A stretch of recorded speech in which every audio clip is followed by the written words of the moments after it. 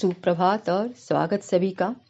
आज की कक्षा का प्रारंभ एक छोटी सी कहानी से करने जा रहे हैं हम सब। ध्यान से सुनिएगा। एक आदमी जंगल से कहीं जा रहा था। उसके पास एक गधा था। वह गधा एक गड्ढे में गिर जाता है।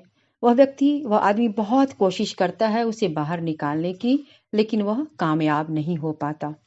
बाद में वह दुखी होकर सोचता है कि अगर मैं इसको बाहर निकालने में अक्षम हूँ, इसे ऐसे ही छोड़ देता हूँ, तो जंगली जानवर पशु पक्षी इसे बहुत परेशान करेंगे, नोचे खसोट देंगे।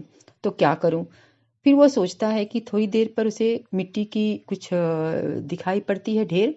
वहां से सोचता है कि मिट्टियां उठा उठा कर इस गड्ढे को भर देता हूँ, ताकि यह गधा मेरा इसमें दफन हो जाए। वह जाता है, बहुत दुखी मन से थोड़ी थोड़ी मिट्टी लाकर उस गड्ढे में डालता जाता है। वह गधा भी हिम्मत नहीं हारता, उस मिट्टी पर वह चढ़ता जाता है। तो क्या होता है, धीरे धीरे गड्ढा मिट्टी से भर जाता है और वह गधा उससे बाहर निकलकर अपने मालिक के पास दौड़कर आ जाता है। निष्कर्ष इस कथा का, हमें कभी कभी अपनी मुश्किल बहुत ही बड़ी लगती है, पर सच्चाई तो यह है कि कभी कोई मुश्किल इतनी बड़ी नहीं होती जिसका कोई हल न हो। हमें कभी भी घबराना नहीं चाहिए, हिम्मत नहीं हारनी चाहिए। आज भी जो हम कहानी पढ़ने जा रहे हैं अपने पाठ्यक्रम का, वह इससे मिलता जुलता ही है। इस कहानी का नाम है लौह तुला, लोहे की तराजू। इस कहानी के अंतर्गत हम ये देखेंगे कि इसमें वर्णन किस चीज का है। तो ये जो कहानी है वह विष्णु शर्मा द्वारा रचित पंचतंत्र नाम के कथा ग्रंथ से ली गई है। आप लोगों ने पंचतंत्र का नाम सुना होगा, बहुत स्टोरी भी पढ़ी होगी, कहानियां पढ़ी होंगी। बहुत ही प्रेरणादायक कहानियां हैं, वर्णित हैं इसमें। इसमें जो कहानी है वह विदेश से लौटकर जीर्णधर नाम का एक व्यापारी अपनी तराजू एक सेठ से मांगता है, जिसको उसने दे रखा था। लेकिन वह लालच में आकर सेठ उससे कहता है कि तुम्हारे तराजू चूहे खा गए। यह सुनकर जीर्णधन उद्विग्न नहीं होता, बहुत ही शांति और धैर्य रखता है। ध्यान से इस चीज को समझने की कोशिश कीजिएगा कि हम तुरंत अगर किसी बात पर रिएक्ट करते हैं, मतलब उस बात पर बहुत क्रोध करके कुछ भी ऐसा व्यवहार करते हैं, तो फिर वह काम का जो महत्व है वह कम हो जाता है। तो जीर्णधन जो था वह गुस्सा नहीं करता और कहता है सेठ को कि तुम अपने पुत्र को मेरे साथ स्नान के लिए नदी तट पर जाने दो। वह उसके पुत्र को ले जाकर वहां गुफा में छिपा देता है। और जब सेठ उससे अपने पुत्र के विषय में पूछता है तो कहता है तुम्हारे पुत्र को तो बाज उठा के ले गया। ऐसा करते हुए दोनों में झगड़े होते हैं। वो कहता है कि मेरा तराजू चूहे खा नहीं सकते, और सेठ कहता है कि मेरे पुत्र को बाज उठा के नहीं ले जा सकते। वास्तव में लोहे की तराजू को चूहे द्वारा खाया जाना भी कल्पनात्मक है, और मनुष्य के बच्चे को बाज उठा के ले जाए यह भी अकल्पनीय है। लेकिन बड़े ही सरस और रोचक ढंग से सब हमारे मन में, जो भी पाठक है उसके मन में उत्कंठा और आनंद का इसमें संचार किया गया है। तात्पर्य क्या है इस कथा का बेटा? तो जो मनुष्य दूसरों के साथ जैसा व्यवहार करता है उसे वैसा ही फल मिलता है। आप या हम जब भी कोई कार्य करें तो थोड़े सचेत रहें। यदि कोई छल कपट द्वारा किसी को ठगने की कोशिश करे, किसी को मूर्ख बनाने की कोशिश करता है, तो उसे भी कोई छल कपट के द्वारा ठगने और मूर्ख बनाने वाले मिल ही जाते हैं, कहीं न कहीं अवश्य मिलते हैं। इसलिए हमें हमेशा ईमानदारी से अपने कर्तव्य का निर्वहन करना चाहिए। एज ए स्टूडेंट, मैं बार बार आप लोगों से कहती हूँ कि as a student, as a teacher, as a parent और एज ए फ्रेंड, हम हर जगह अपनी कोशिश करें कि हमारी जो भी संबंध हैं, जो भी व्यवहार है, उस संबंधों में हम पूर्णतः ईमानदारी का निर्वहन करें। तो इस कथानक में हम पढ़ने की शुरुआत करते हैं, पढ़ाई की, अध्ययन की। आसीत कस्मिंश्चित् अधिष्ठाने जीर्णधर नाम वणिक पुत्र। किसी स्थान पर जीर्णधर नाम का बनिए का पुत्र था। स च विभवक्षयात् देशान्तरं गन्तुम् इच्छन् व्यचिन्तयत्। धन की कमी के कारण, विभवक्षयात् धन अभावात, धन की कमी के कारण विदेश जाने की इच्छा करते हुए उसने सोचा, यत्र देशे अथवा स्थाने भोगा भुक्ताः स्ववीर्यतः तस्मिन् विभवहीनः यः वसेत् सः पुरुष अधमः।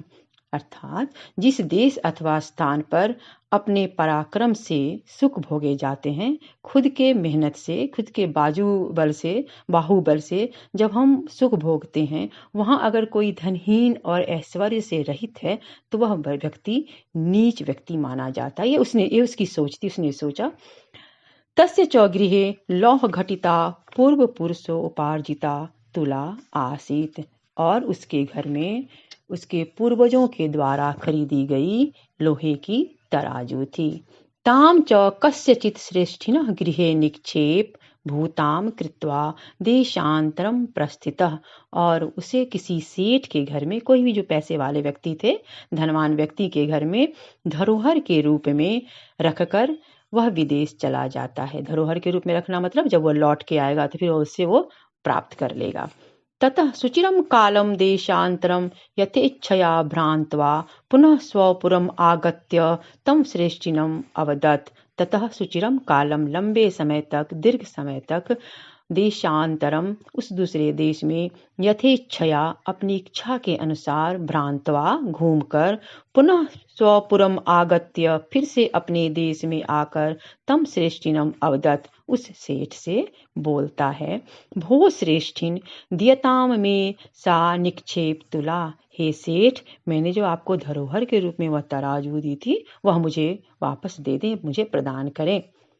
सह अवदत्, वह बोला, भो न अस्ति सा, वह नहीं है मेरे पास।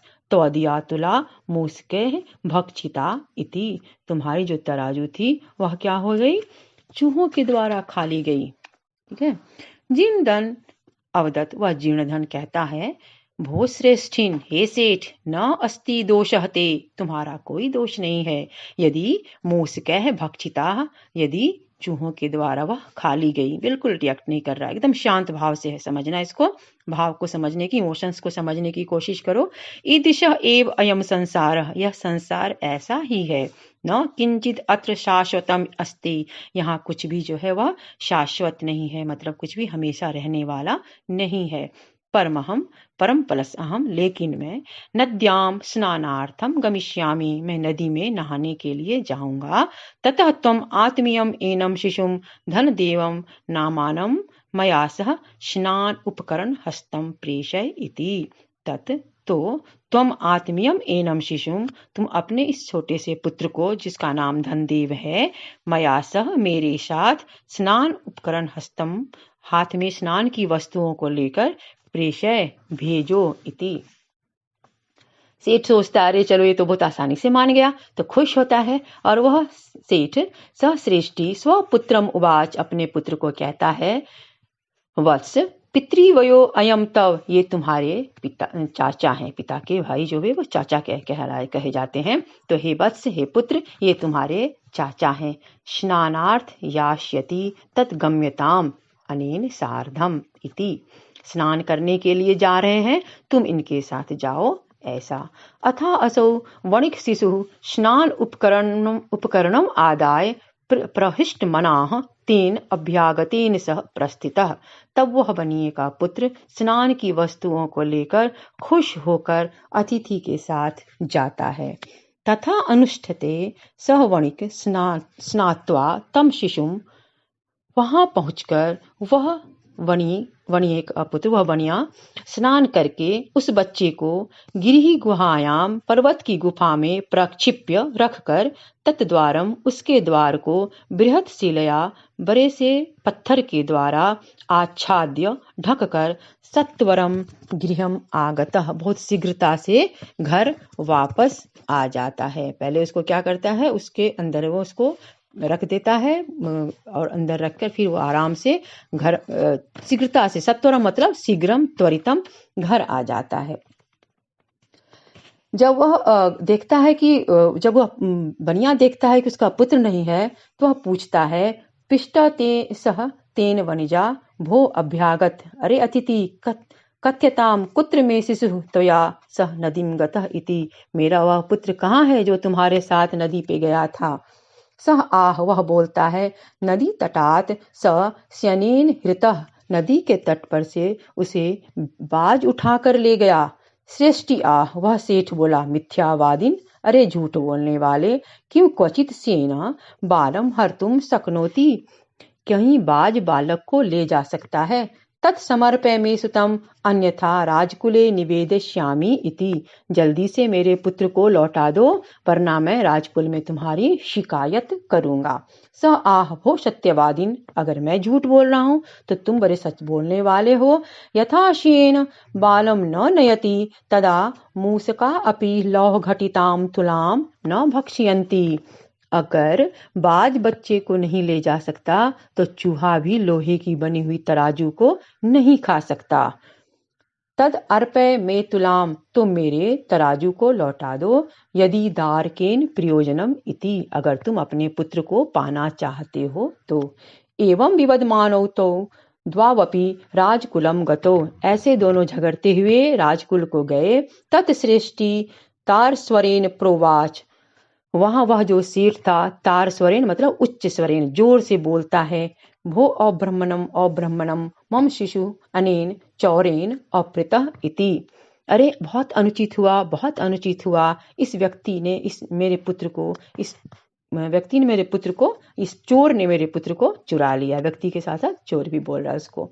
अत धर्म अधिकारिणः तमुचु, तब धर्म अधिकारियों ने कहा, भो समर्पयताम श्रेष्ठी सुत, तुम इस सेठ के पुत्र को लौटा दो।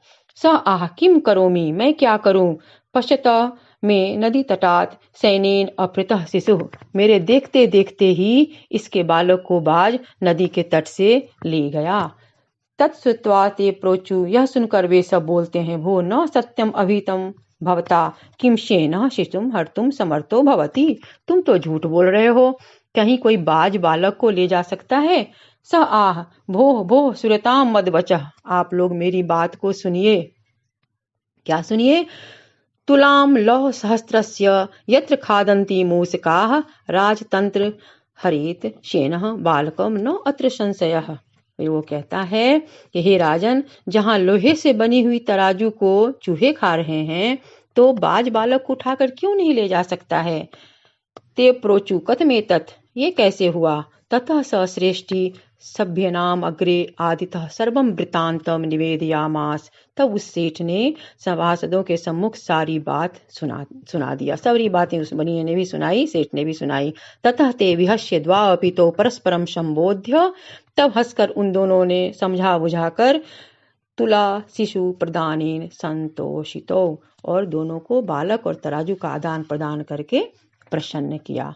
तो इस कहानी का हमने तात्पर्य क्या समझा कि हम जैसे कर्म करेंगे उस कर्म का फल हमारा इंतजार करता रहता है। हम जैसे कर्म का किसी के साथ संबंध का आदान प्रदान जैसा रखते हैं वैसा ही हम उसको भी प्राप्त करते हैं। तो इस तरीके से हमें हमेशा अपने कार्य पर और अपने व्यवहार पर ध्यान रखना चाहिए।